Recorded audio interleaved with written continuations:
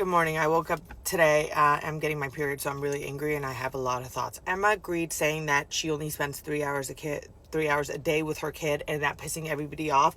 You know who else spends 3 hours a day max with their kids? My mom. Immigrant moms in the hood. You guys like ambition when it comes to getting a woman out of a bad situation, but then you don't want her to carry that ambition. Maybe you should start electing presidents who are going to be able to fund education so that most families don't have to have dual incomes in order to give their children a chance at a better life. Our education system sucks. So a lot of families have to only see their children for an hour or two a day so that they go to multiple jobs so that the kid is not in public school getting a terrible education. I don't know about public school in other places. I'm just talking about Los Angeles. Okay? How about that? How about you start electing people who aren't eating children? Weird. We've moved on from that. Very, very weird. You know what else is weird?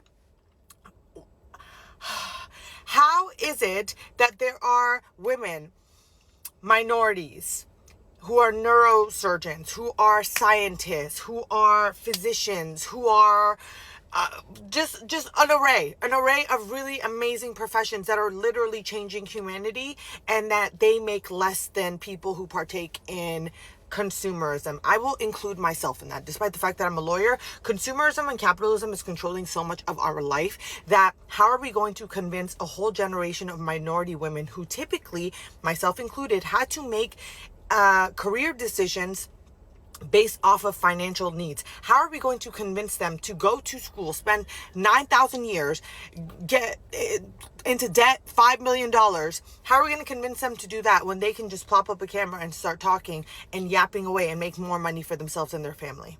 You know who is going to continue going to school? People who never had to make decisions out of money, in relation to money. And then that's how the pool of educated people in this country is going to change. Consumerism is ruining us. Why is every single brand trip surrounded by influencers? I know why. That's a rhetorical question. Wouldn't it be really cool if brands found women who are actually changing our lives? Microbiologists, neuroscientists, and took them on a brand trip? Why don't we see a different type of woman? Why is it that somebody can get on here, use 9,000 filler words, not be able to even finish a complete thought, only have TikTok slang, so can only belong in one subsect of society, or overshare about their weird, unregulated life and make more money than a neurosurgeon? That's not weird to you. How is that not weird to you guys?